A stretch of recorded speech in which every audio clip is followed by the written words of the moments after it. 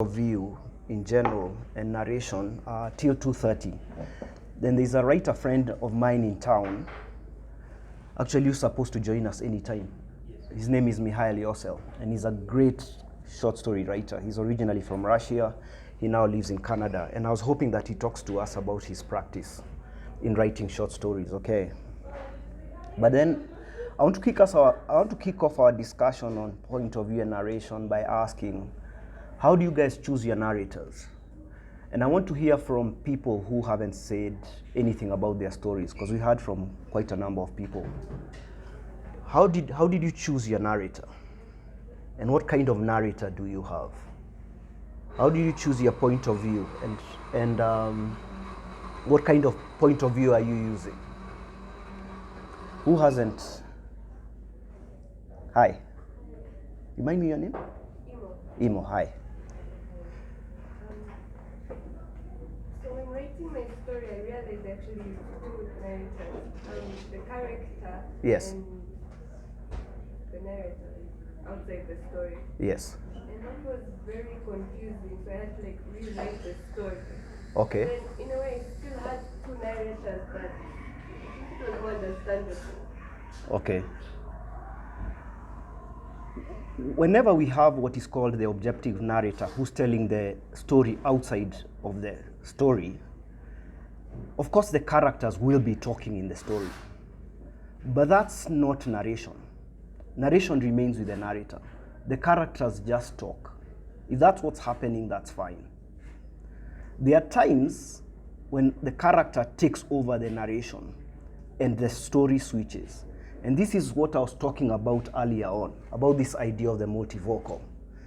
So you'll find Z.D. Smith's short story is doing exactly that, isn't it? The narrator isn't the same, right?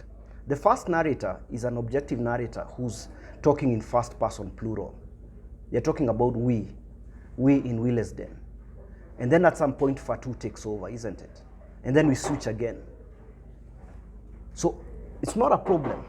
You just need to be aware of it. And more importantly, why you're doing it. Okay, Imo? Yeah. Somebody else on their story? Dongo, did we hear about your story?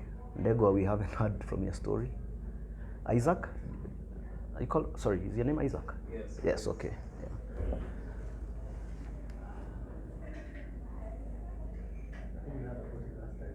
No, today is today. You hata tumesahau.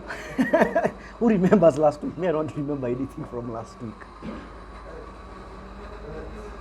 mean, for me, because I haven't written, and I haven't been in the business for long, I would struggle to explain who my character is. Okay. So that's why I'm shying now. No, that's fine. Ndegwa? That's fine.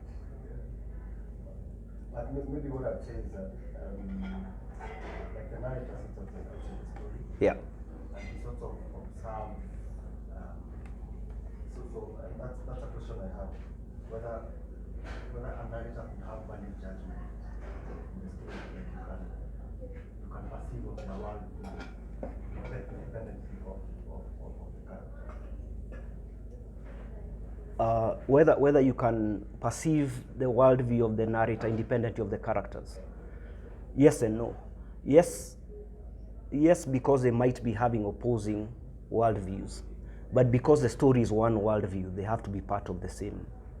Yeah. Does that make sense? Okay.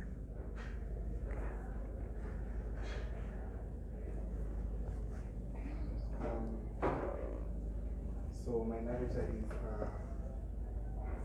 it's written in first person singular. Okay.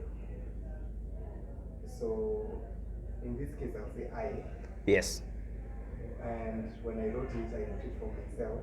Yeah. But along the way I realized, oh no, I'm actually doing this, that whatever I did, it just steps into the I issue. Yeah. I live with someone who is identified as she Yeah. in the story. Yeah. And she could be anybody. I was very conflicted on deciding whether she is a mother, a sister, a cousin, I know the truth, so when I wrote it, but then that one I left it now to go over it. She can be anyone to you. She is obviously very abusive to I, Okay. and I fall in love with her boyfriend, who is called Lucas. He is the only named character in the whole story. Okay. After he gives the first person character a book, because for the first person character, that book Yeah. is the most significant thing that they have ever received in life. Mm-hmm. The narrator is questioning his position in her life, in the she's life, until a dream he has at night after reading the book is what convinces him that, oh, what am I to her? And this man that she brings to the house every other day, Yeah. I think I love him, Okay. and I think he's a trophy to her. I think the story goes on from there. Yeah. That's not something I want to explain. Yeah. But yeah, I think choosing to write that story in first person Yeah. was obviously me dealing with my own trauma, but as well as I wanted to do it in third person initially. Yeah. I also tried it with second person, Yeah. but the you refused to go anywhere. Yeah. So I realized that the story will be less contrived if I go with first person.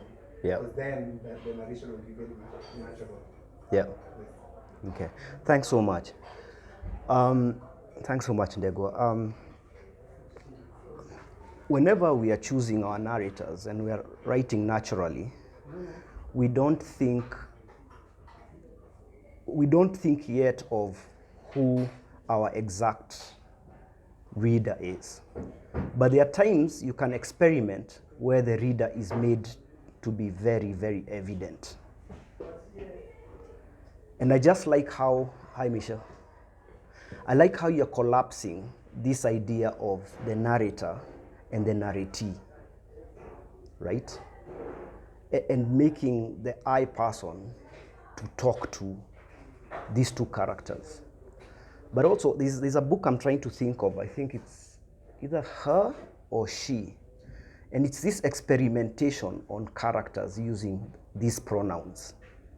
And I like that idea of yours where you do have a distinct character, but they're also very generic so that anyone who is willing as a reader can place themselves in their shoes. Yeah, so I really like that. Okay, hi. I have a question. Yes.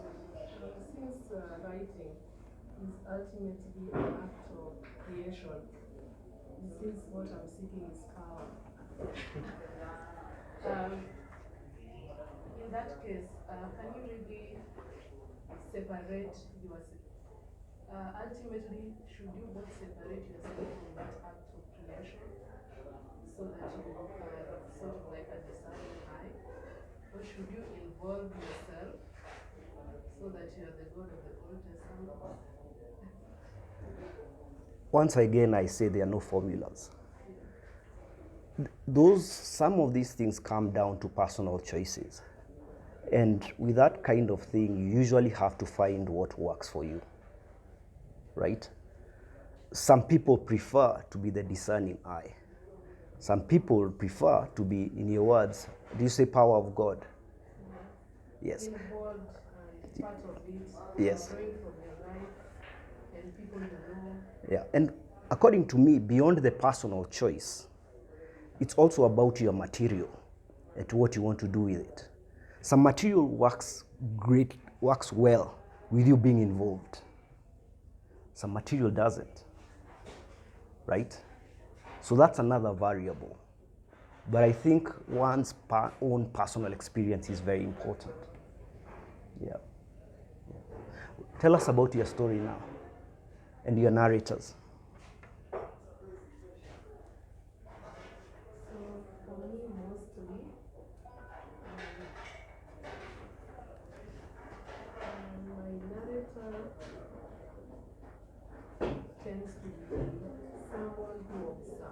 Yeah. but is unseen. Let me say, someone who will observe, has a detachment because they understand what's going on. Yeah. So even if it's a child, Yeah. they have this sort of wisdom to see how ridiculous Yeah. maybe the things around them might be. Yeah. So that sort of eye is what I try to. Okay. And are they a character in the story? They are, but they are passive. Yeah, but there are characters that are influenced by history, Yeah. by their own personal lives. Because for me, I think the historical importance cannot be understated, especially in our context. Yeah. So maybe all those influences are also important to make sense Yeah. of everything. Yes. Okay. Okay. Isaac, I think it was Isaac. Then we'll hear from you. Yeah. Thanks. So, with the story I submitted, Yeah. I was trying to experiment in having one narrator who moves from being reliable to being unreliable because they are under the influence. Okay. And it was a little different because from the beginning and the end of the story, the narrator is reliable. They are aware of what's happening. Yeah. But in the middle of the story, they've come up or they've conjured up a different setting. They've come up with a village that is along his path, somewhere that he normally walks regularly. But this time there's something mistaken. He's a little bit inebriated. And while he kind of visits this place, there's something that there's this river, the Q River, which is a place where I grew up. Yeah. So you find that both in reality and in this hallucination, Yeah. this river still exists. Yeah. And I think the direction I took with that Yeah. was this character knows that this river is dirty. It has so much going on. Yeah. It was once clean when he was born, but in his hallucination, that manifests itself into Yeah. living people with living problems that are very difficult. Yeah. And there's nothing he can do about it. Yeah. So he's come to this place and he still lives it, Yeah. but he lives with a certain sense of this really happened. So he's still not sure about it Yeah. at the end of it because he never finds the place ever again. Okay. The thing I really take from the example you gave is a question of when you have a narrator or you have a narrative stance, what is the relation to that in terms of time with the events of the story? When your narration is immediate to events, it always feels closer to the reader. So that's always a kind of interesting choice. Whenever you choose the narration to be told in a time, whether it's in the past or whether it's at a distance, the good thing to remember is if someone's kind of seeing the world as they are walking, say along a river, there's a kind of very useful immediacy to that. So it's not even the question of so much it's a question about who the narrator is and what story they are telling.